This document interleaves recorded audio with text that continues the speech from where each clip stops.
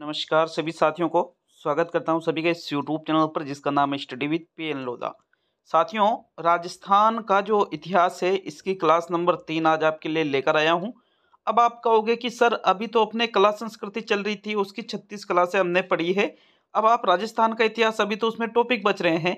तो साथियों, राजस्थान का एकीकरण है। राजस्थान में जो 1857 की क्रांति है, जनजाति आंदोलन है, किसान आंदोलन है, इनको साथियों हम राजस्थान की कला संस्कृति में नहीं बल्कि इतिहास के अंतर्गत पढ़ने वाले हैं। मतलब कला संस्कृति वाला पार्ट आपका पूरा हो चुका है और ये जो टॉपिक बचे हुए हैं इनको हम किस में पढ़ेंगे? राजस्थान के इतिहास में। जो पहली और दूसरी क्लास थी राजस्थान की प्राचीन सभ्यताएं, जो अपना प्रथम टॉपिक था उसको हमने पढ़ा था पहली और दूसरी क्लास में। क्लास नंबर 3 में राजस्थान का एकीकरण हम पढ़ने वाले हैं। रीट मेंस एग्जाम 2023 लेवल 1 और लेवल 2 के लिए साथियों बहुत ही इंपॉर्टेंट टॉपिक है राजस्थान का एकीकरण, जहां से कम 2 क्वेश्चन आने की पूरी पूरी संभावना है। मतलब 2 क्वेश्चन मान के चलो तो 4 अंक या मिनिमम एक प्रश्न तो आएगा ही आएगा। तो 2 नंबर तो बिल्कुल आप पक्के कर सकते हो। तो चलिए शुरू करेंगे आज के इस वीडियो को। देखो, कुछ दिनों से क्लासेज आने में कुछ मिस्टेक हो रही थी, इसी वजह से रेगुलर नहीं हो पाई थी क्लासें। लेकिन साथियों, मैंने कल बोल दिया था कि भाई वापस रेगुलर आपको क्लासें मिल जाएगी, कोई दिक्कत नहीं आएगी, किसी भी प्रकार का गैप नहीं आएगा साथियों। 1-2 दिन से टेस्ट भी नहीं डाल पाया था ऐप पर, उसके लिए भी मैं आपसे क्षमा चाहता हूँ। जो study with PN Lodha application है वहाँ पर रेगुलर अब आपको वापस 2 टेस्ट देखने को मिल जाएंगे साथियों। 149 रुपये की जो टेस्ट सीरीज है उसमें।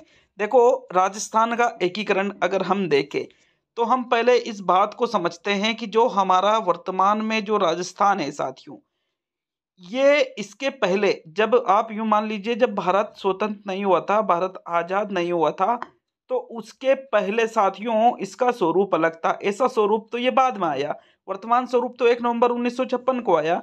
तो उसके पहले साथियों जब भारत आजाद हुआ, आजाद होने के बाद में एकीकरण किया गया कि यहाँ पर जो रियासतें थी, केंद्रीय शासित प्रदेश थे, ठिकाने थे, उनको जोड़ा गया और इस भाग का निर्माण किया गया।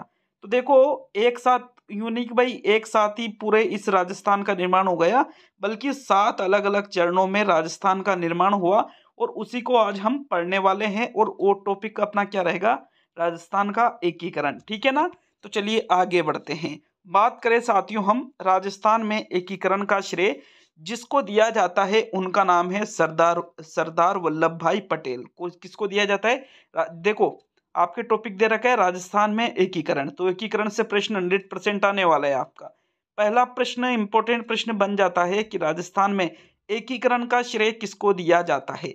तो सरदार वल्लभ भाई पटेल को राजस्थान में एकीकरण का श्रेय दिया जाता है साथियों।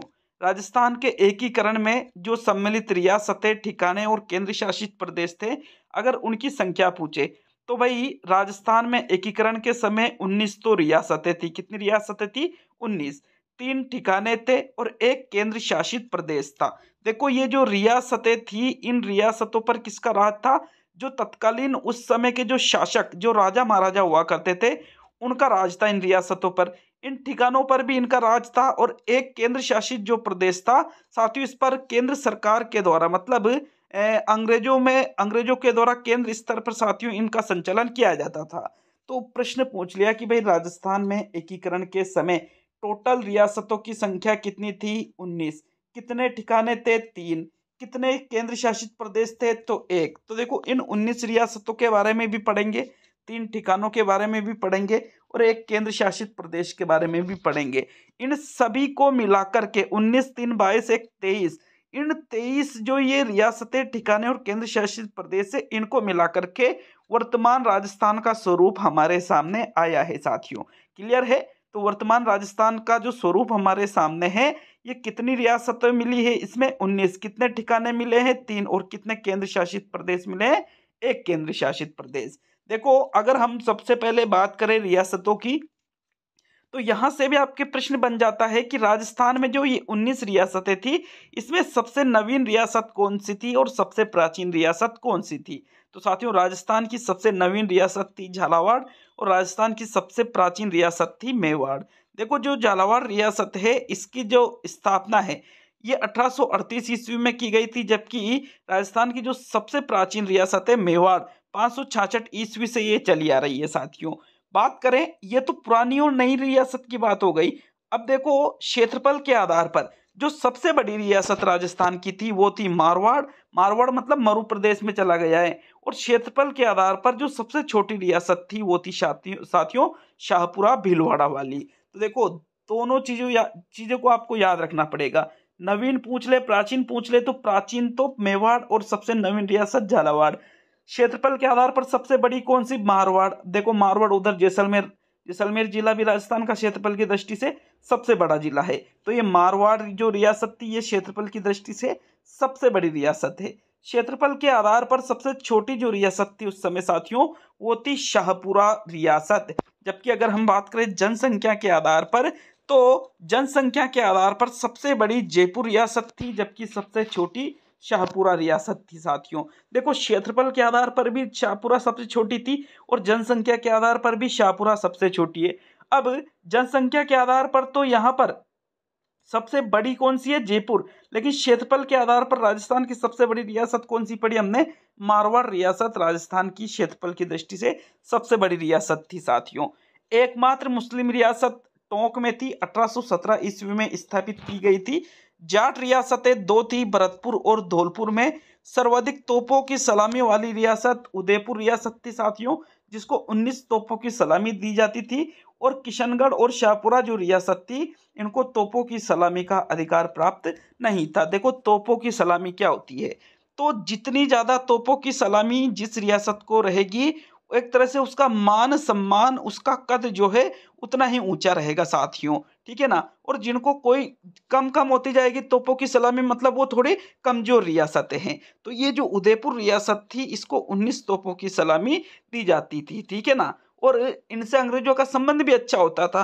देखो जाट रियासतें कौन सी थी? 19 में से जाट रियासतें कौन कौन सी? भरतपुर और धौलपुर। प्रश्न पूछ लिया राजस्थान में एकीकरण के समय कुल 19 रियासतों में से जाट रियासतें कौन सी थी? तो भरतपुर और धौलपुर। राजस्थान में एकीकरण के समय एकमात्र मुस्लिम रियासत कौन सी थी?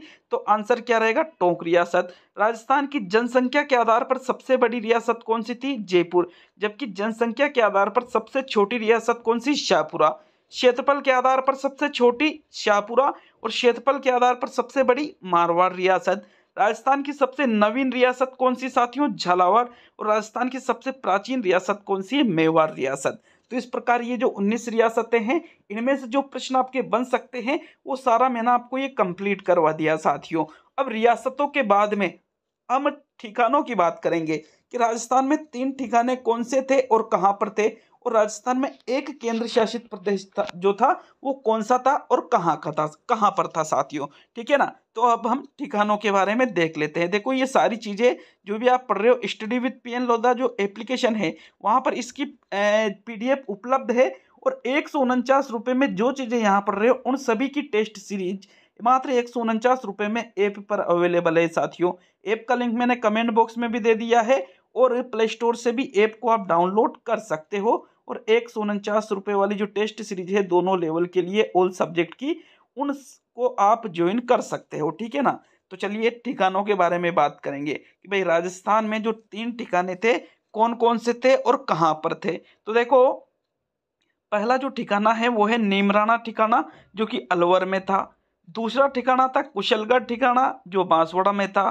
तीसरा ठिकाना था लावा ठिकाना जो कहाँ पर था साथियों? जयपुर में था। तो इस प्रकार कुल ठिकानों की संख्या आपसे पूछ ली जाए तो आपका आंसर क्या रहेगा? 3 थे। तीनों के नाम भी सभी को याद होना चाहिए। कौन कौन से थे? नीमराणा अलवर, कुशलगढ़ बांसवाड़ा और लावा जयपुर। ये 3 ठिकानों के नाम है साथियों राजस्थान के एकीकरण के समय। आगे हम बात करें केंद्र शासित प्रदेश के बारे में, तो देखो केंद्र शासित प्रदेश एक ही था, अजमेर मेरवाड़ा। कौन सा? अजमेर मेरवाड़ा एक ही केंद्र शासित प्रदेश था। तो प्रश्न पूछ ले कि राजस्थान में एकमात्र केंद्र शासित प्रदेश कौन सा था, तो आंसर क्या रहेगा आपके? अजमेर मेरवाड़ा राजस्थान में एकमात्र केंद्र शासित प्रदेश था। जबकि राजस्थान के ठिकाने कितने पड़े? 3, नीमराणा अलवर, कुशलगढ़, बांसवाड़ा और लावा जयपुर। अब इन ठिकानों को, रियासतों को और केंद्र शासित प्रदेशों को मिला करके क्या किया गया साथियों, राजस्थान का एकीकरण किया गया, मतलब राजस्थान को जोड़ा गया। और वर्तमान जो स्वरूप है साथियों, ये 1 नवंबर 1956 को हमारे सामने आया था। ये जो राजस्थान का आप मैप देखते हो, ये स्वरूप हमारे सामने कब आया था? 1 नवंबर 1956 को।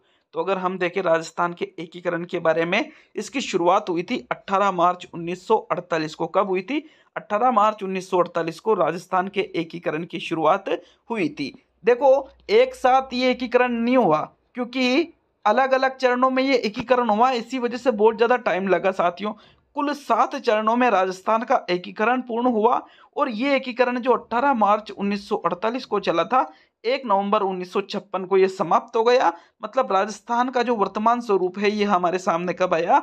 1 नवंबर 1956 को। जबकि इसमें टोटल समय की बात करें कि भाई इस एकीकरण में कितना समय लगा, तो साथियों 8 वर्ष 7 माह 14 दिन। एग्जाम में प्रश्न के लिए पूछे जा सकते हैं, ये बहुत ही इंपॉर्टेंट चीजें पढ़ रहे हो आप। राजस्थान के एकीकरण में कितना समय लगा? 8 साल 7 महीने और 14 दिन। देख लो भाई कितना ज्यादा टाइम लगा यार। देखो, 18 मार्च 1948 से एकीकरण का प्रयास चालू किया, और 1 नवंबर 1956 को साथियों एकीकरण पूर्ण हुआ। कितने चरणों में पूर्ण हुआ? 7 चरणों में। तो एग्जामिनर आपसे शुरुआत की डेट भी पूछ सकता है, एग्जामिनर आपसे समाप्ति की डेट पूछ सकता है, एग्जामिनर आपसे चरण पूछ सकता है कि भाई कितने चरणों में ये हुआ, और ये भी पूछ सकता है कि कितना समय लगा। तो 8 वर्ष 7 माह और 14 दिन का समय लगा था। अब देखना है साथियों, ये जो राजस्थान का एकीकरण 7 चरणों में हुआ, तो इन 7 चरणों को हम पढ़ने वाले हैं। चलिए प्रथम चरण देखेंगे कि भाई प्रथम चरण जो पहला चरण है, इसमें क्या क्या हुआ था। तो देखो, जो प्रथम चरण है, प्रश्न पूछेगा आपसे कि राजस्थान के एकीकरण में प्रथम चरण का क्या नाम था। साथियों, मत्स्य संघ इसका नाम दिया गया था। किसका? राजस्थान के एकीकरण का जो प्रथम चरण था, मत्स्य संघ इसका नाम दिया गया था। और ये जो मत्स्य संघ है, ये नाम श्री के एम मुंशी के द्वारा दिया गया था भाई। ये जो श्री के एम मुंशी है, इन्होंने सुझाव दिया था कि भाई ये जो जगह है, जो मत्स्य संघ में के अंतर्गत जो ठिकाने रियासतें थी साथियों, तो इस जगह पर क्या हुआ था, पहले महाभारत कालीन इसका नाम क्या था? मत्स्य संघ। इसी वजह से श्री के एम मुंशी ने ये सुझाव दिया था कि भाई इसका नाम, इस प्रथम चरण का नाम क्या रखा जाए? मत्स्य संघ रखा जाए। तो आपसे प्रश्न पूछ ले कि राजस्थान के एकीकरण का जो प्रथम चरण था, उसका नाम क्या रखा गया था? तो मत्स्य संघ रखा गया था। और किसके द्वारा सुझाव दिया गया था इसका? श्री के एम मुंशी के द्वारा इसका सुझाव दिया गया था साथियों। अगर हम बात करें मत्स्य संघ की, तो इसका जो क्षेत्रफल था लगभग 12,000 वर्ग किलोमीटर, जनसंख्या लगभग 18.38 लाख यहाँ पर निवास करती थी उस समय, और वार्षिक आय यहाँ की थी साथियों 2 करोड़ रुपए। उस समय 2 करोड़ बहुत ज़्यादा हुआ करते थे। 1948 की बात है ये। देखो, बात करें, प्रश्न पूछेगा भाई, ये चीज़ें तो लगभग पूछ भी ली जाए, नहीं भी पूछे कोई ज़्यादा जरूरी नहीं है, लेकिन जो ये गठन की बात करें कि मत्स्य संघ का गठन कब किया गया था, तो 18 मार्च 1948 को। कब? 18 मार्च 1948 ईस्वी को साथियों, जो प्रथम चरण है जिसका नाम था मत्स्य संघ, जो नाम दिया था श्री के एम मुंशी ने साथियों, इसका गठन किया गया 18 मार्च 1948 को। मोस्ट इंपोर्टेंट क्वेश्चन है, याद रखिएगा इस फैक्ट को। इसमें देखो, अगर बात करें कि भाई कितनी रियासतों का विलय हुआ, ठिकाने कितने मिले साथियों, मत्स्य संघ में टोटल 4 तो रियासतें थी और 1 ठिकाना था। 4 रियासतें कौन कौन सी थी? तो देखो, अलवर रियासत, भरतपुर रियासत, धौलपुर रियासत और करौली रियासत। और 1 ठिकाना कौन सा था? तो 1 ठिकाना था नीम राणा ठिकाना, जो कि कहाँ पर पड़ता है? अलवर में पड़ता है। तो इस प्रकार से मत्स्य संघ में कुल 4 रियासतों और 1 ठिकाने को विलय कर दिया गया राजस्थान में साथियों। जिसमें जब इन 4 रियासतों को विलय करके मत्स्य संघ में शामिल कर दिया गया साथियों, और तो आगे जो प्रोसेज हुई, तो प्रोसेज क्या क्या हुई देखो, इन चारों रियासतों और 1 ठिकाने को विलय कर दिया गया, और इनकी राजधानी बनाई अलवर को। किसको बनाई? अलवर को। सामान्य रूप से राजधानी जो बड़ा क्षेत्र होता था, जो साथियों बड़ी रियासत जो प्रमुख क्षेत्र होता था, उसको बनाया जाता था। तो देखो, अलवर, भरतपुर, धौलपुर, करौली में से राजधानी किसको बनाई? मत्स्य संघ की, अलवर को। प्रश्न पूछेगा आपसे एग्जामिनर कि राजस्थान एकीकरण में जो मत्स्य संघ था, उसकी राजधानी किसको रखा गया था, तो अलवर को रखा गया। जबकि इसके प्रधानमंत्री बनाए गए शोभाराम कुमावत। कौन? शोभाराम कुमावत को मत्स्य संघ का प्रधानमंत्री बनाया गया था साथियों। इसका जो राज प्रमुख था वो था उदयभान सिंह। कौन था साथियों? उदयभान सिंह को राज प्रमुख बनाया गया, किसका? मत्स्य संघ का। जबकि इसके उप प्रधानमंत्री थे जुगल किशोर चतुर्वेदी और गोपीलाल यादव। ये जो जुगल किशोर चतुर्वेदी है साथियों, इनको दूसरा जवाहरलाल कहा जाता है भाई। क्या कहा जाता है? दूसरा जवाहरलाल।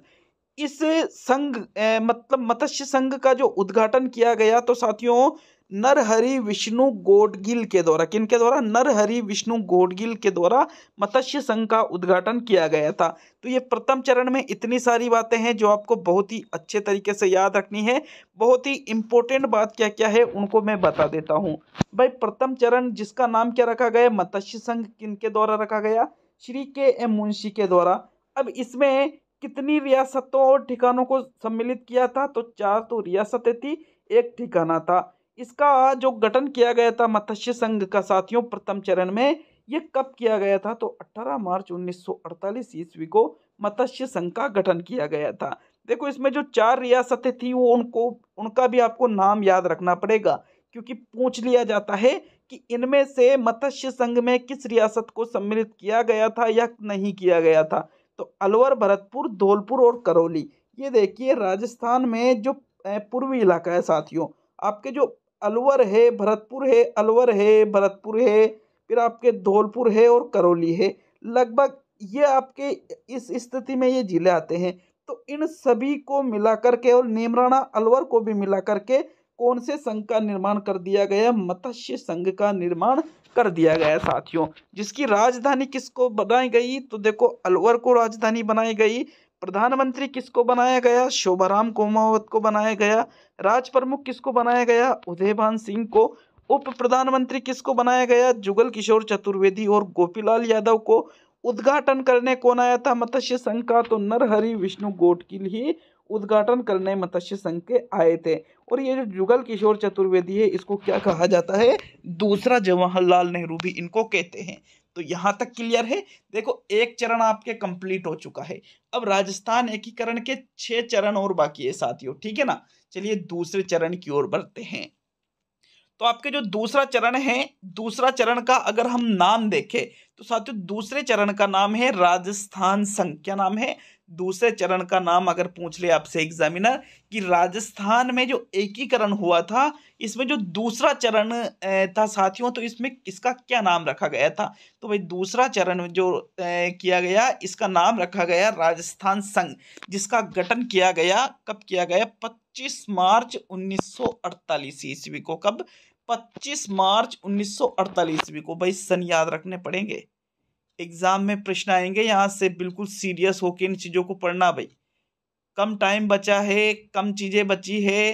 अब आप कैसे तैयारी करते हो ये आपके ऊपर निर्भर करता है। दिन में यूं मान लीजिए आपने दीपावली भी मना ली पूरी, अब आपके पास कोई बहाना नहीं होना चाहिए कि भाई पूरी पढ़ाई नहीं कर पा रहा हूँ, टाइम नहीं निकल पा रहा है, टाइम ऐसे ही खराब हो रहा है। तो वो आप खुद की मत करिए, 3 महीने मत करो भाई, मत करिए 3 महीने, मात्र 3 महीनों की बात है। सही तरीके से पढ़ाई कर लो यार, मजा नहीं आता है पढ़ाई सही नहीं करते हो तो, है ना। बहुत ही अच्छे तरीके से पूरे जोश के साथ में 3 महीने आप अपने आप को उस चीज पे सौंप दो आप, ठीक है।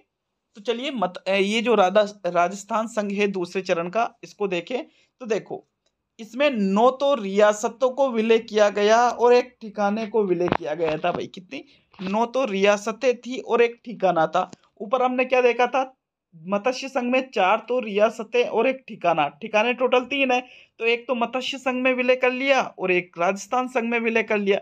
अब 1 ठिकाना और बचेगा साथियों आपके। तो देखो 9 रियासतें कौन कौन सी थी? बांसवाड़ा रियासत, बूंदी रियासत, डूंगरपुर रियासत, झालावाड़ रियासत, कोटा रियासत, प्रतापगढ़ रियासत, टोंक रियासत, किशनगढ़ रियासत और शाहपुरा रियासत, प्लस कुशलगढ़ ठिकाना जो बांसवाड़ा में पड़ता था साथियों।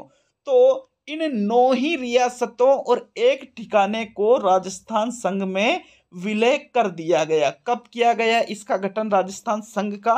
तो 25 मार्च 1948 ईस्वी को ये जो राजस्थान संघ है साथियों इसका गठन किया गया। अगर हम देखिएगा आपके यहाँ पर जो ये दक्षिण वाला भाग है, ठीक है ना, जिसमें कोटा, बूंदी, झालावाड़, फिर उसके थोड़ा सा इधर अपन जाए तो इधर आपके टोंक वगैरह आ जाता है साथियों। नीचे जाए तो प्रतापगढ़ वगैरह, बांसवाड़ा आ जाता है, डूंगरपुर आ जाता है, तो किशनगढ़ और शाहपुरा। तो ये जो कुछ आपके रियासतें हैं, मतलब कुछ क्या बहुत ज्यादा है, 9 तो रियासतें हैं और एक ठिकाना है। तो साथियों इन 9 रियासतों, मतलब सबसे बड़ा संघ यही था, फिर विलय में सबसे बड़ा संघ यही था, क्योंकि टोटल रियासतें तो 19 ही थी। तो देखो इन 9 रियासतों को किस में साथियों विलय किया गया, राजस्थान संघ में। कौन कौन सी रियासतें हैं, बांसवाड़ा, बूंदी, डूंगरपुर, झालावाड़, कोटा, प्रतापगढ़, टोंक, किशनगढ़ और शाहपुरा। और ठिकाना कौन सा था, कुशलगढ़ ठिकाना था। अब देखो क्या होता है कि जिस इन रियासतों में जिसकी सबसे ज्यादा पहुंच होती है, पहुंच को मतलब यूं कहते हैं ना कि मेरी वहां पहचान है, मेरी वहां पहचान है, तो मतलब जितनी ज्यादा पावर होती है, जो जितना उच्च होता है, वो उसको राजधानी बनाया जाता था साथियों। तो देखो यहाँ पर जो इन सभी की बात करें तो कोटा सबसे ज्यादा ताकतवर था इन सभी में, ठीक है ना। तो यहाँ की जो राजधानी बनाई गई, किसको बनाई गई, कोटा को बनाई गई। प्रधानमंत्री बनाया गया गोकुल लाल आसवा को। उपराज प्रमुख बनाया गया बहादुर सिंह को। और राज प्रमुख बनाया गया यहाँ का किसको, भीम सिंह को। मतलब सीधी सी बात है, जो आपके राजस्थान संघ दूसरे चरण में बना था, इसमें राज प्रमुख भीम सिंह। प्रश्न पूछ लिया कि राजस्थान संघ के राज प्रमुख कौन थे, तो भीम सिंह। राजस्थान संघ दूसरे नंबर का चरण है ना। राजस्थान संघ के उपराज प्रमुख कौन थे, बहादुर सिंह। प्रधानमंत्री कौन थे, गोकुल लाल आसवा। राजधानी किसको बनाई गई, तो कोटा को राजधानी बनाई गई थी। और जबकि मत्स्य संघ में हमने क्या देखा था, अलवर को राजधानी बनाई गई थी साथियों। चलिए आगे बढ़ेंगे। तो उद्घाटनकर्ता की अगर हम बात करें साथियों, इसका उद्घाटन भी एन.वी. गॉडविल के द्वारा ही कोटा दुर्ग में किया गया था। और इस जो द्वितीय चरण था ये आपके राजस्थान संघ, इसके संबंध में एक बहुत ही प्रसिद्ध कथन है कि मैं अपने डेथ वारंट पर हस्ताक्षर कर रहा हूं। चंद्रवीर सिंह ने यह कहा था साथियों, जो किस रियासत से संबंधित थे, बांसवाड़ा रियासत के ये शासक थे, ठीक है ना। कौन सी रियासत के, बांसवाड़ा रियासत के। तो मैं अपने डेथ वारंट पर हस्ताक्षर कर रहा हूँ, साइन कर रहा हूँ। ये राजस्थान के एकीकरण के समय ऐसी स्थिति आई थी, भाई एकीकरण में आपको शामिल तो होना ही पड़ेगा। कई जो राजा महाराजा शासक थे उन्होंने आनाकुनी भी की। आनाकुनी जानते हो ना, गांव की भाषा में बोलते हैं, मतलब अरे मैं तो नहीं कर रहा हूँ, उसमें विले ये वो फलाना ढिकाना बात, मतलब जो भी उन्होंने बोला होगा साथ ही उस टाइम पे। तो अंत में कि भाई आपको तो विलय तो करना ही पड़ेगा। ऐसी 3-4 रियासतें थी जिन्होंने संपूर्ण भारत में किसी से भी एकीकरण में साथियों हस्ताक्षर नहीं किए थे। तो इन्होंने जब हस्ताक्षर किए चंद्रवीर सिंह ने, तो क्या कहा, बांसवाड़ा के ये शासक थे, मैं अपने डेथ वारंट पर हस्ताक्षर कर रहा हूँ। ये बहुत ही प्रसिद्ध कथन है, पूछ लिया जाता है कि मैं अपने डेथ वारंट पर हस्ताक्षर कर रहा हूँ। इस कथन का संबंध कौन से चरण से, द्वितीय चरण से। कौन से संघ से, राजस्थान संघ से। किसने कहा ये कथन, चंद्रवीर सिंह ने कहा, जो कहाँ के शासक थे, बांसवाड़ा रियासत के शासक थे साथियों। चलिए दो जो आपके यहाँ पर चरण हैं उनको हमने कंप्लीट कर लिया है। पर पहला चरण मत्स्य संघ पड़ा, दूसरा चरण हमने राजस्थान संघ को भी कंप्लीट कर लिया है। तो आशा है आप सभी को यहाँ तक बहुत ही अच्छे से समझ में आ रहा होगा। अब हम तीसरे चरण की ओर बढ़ते हैं साथियों। तीसरा चरण की अगर हम देखें, तृतीय चरण जो है इसका नाम है संयुक्त राजस्थान संघ। क्या नाम है, संयुक्त राजस्थान संघ। देखो टोटल 7 चरणों को पढ़ेंगे भाई, कितने चरणों को पढ़ेंगे, 7 चरणों को। मत्स्य संघ को हमने कंप्लीट कर लिया, राजस्थान संघ को हमने कंप्लीट कर लिया। अब हम देखेंगे तृतीय चरण में संयुक्त राजस्थान संघ को। तो प्रश्न पूछ लिया कि जो राजस्थान का एकीकरण हुआ था, इसके तृतीय चरण का नाम बताओ भाई। तो बता दोगे ना, कोई दिक्कत तो नहीं होगा ना, होगी ना किसी के, क्या बताओगे, संयुक्त राजस्थान संघ इसके तृतीय चरण का नाम था साथियों। इसके गठन की अगर हम बात करें कि जो संयुक्त राजस्थान संघ है इसका गठन कब किया गया था, तो 18 अप्रैल 1948 ईस्वी को। कब, 18 अप्रैल 1948 ईस्वी को तृतीय चरण का गठन किया गया था साथियों।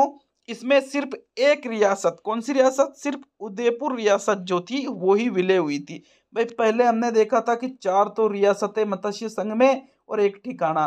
फिर हमने राजस्थान संघ में देखा तो 9 तो रियासतें और एक ठिकाना। लेकिन ये जो तीसरा चरण आया साथियों संयुक्त राजस्थान संघ का, इसमें सिर्फ एक ही रियासत सम्मिलित हुई, कौन सी, उदयपुर रियासत। कौन सी रियासत साथियों? सिर्फ और सिर्फ उदयपुर रियासत। मतलब ये जो संयुक्त राजस्थान संघ है इसमें सिर्फ उदयपुर रियासत का ही विलय किया गया, अन्य कोई भी रियासत इसमें सम्मिलित नहीं थी। कौन सी को छोड़कर? उदयपुर रियासत को छोड़कर।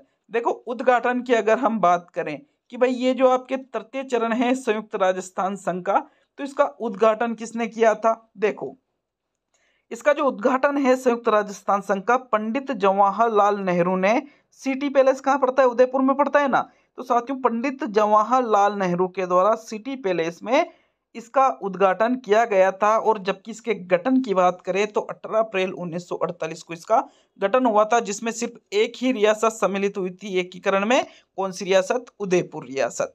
अब देखो उदयपुर रियासत अगर विलय हुई है तो फिर राजधानी भी कौन सी रहेगी? क्योंकि एक ही रियासत है तो राजधानी भी वही रखना पड़ेगा। तो उदयपुर रियासत इसमें विलय हुई और राजधानी भी किसको बना दी गई? उदयपुर को बना दी गई, संयुक्त राजस्थान संघ की। इसके जो राज प्रमुख थे संयुक्त राजस्थान संघ के, तो साथियों राज प्रमुख का नाम है भूपाल सिंह। क्या नाम है? भूपाल सिंह। किसका नाम है ये? राज प्रमुख का नाम है ये। जबकि उपराज प्रमुख की बात करें तो भीम सिंह इसके उपराज प्रमुख थे। और इसके जो प्रधानमंत्री है वो थे माणिक्य लाल वर्मा। तृतीय चरण के प्रधानमंत्री का नाम बताओ क्या है? माणिक्य लाल वर्मा, जो कि मेवाड़ के गांधी भी कहे जाते हैं। क्या कहे जाते हैं? मेवाड़ के गांधी। तो देखो तृतीय चरण में हमने क्या क्या देखा? एक तो संयुक्त राजस्थान संघ, इसका नाम देख लिया कि भाई तृतीय चरण का नाम क्या है? संयुक्त राजस्थान संघ है।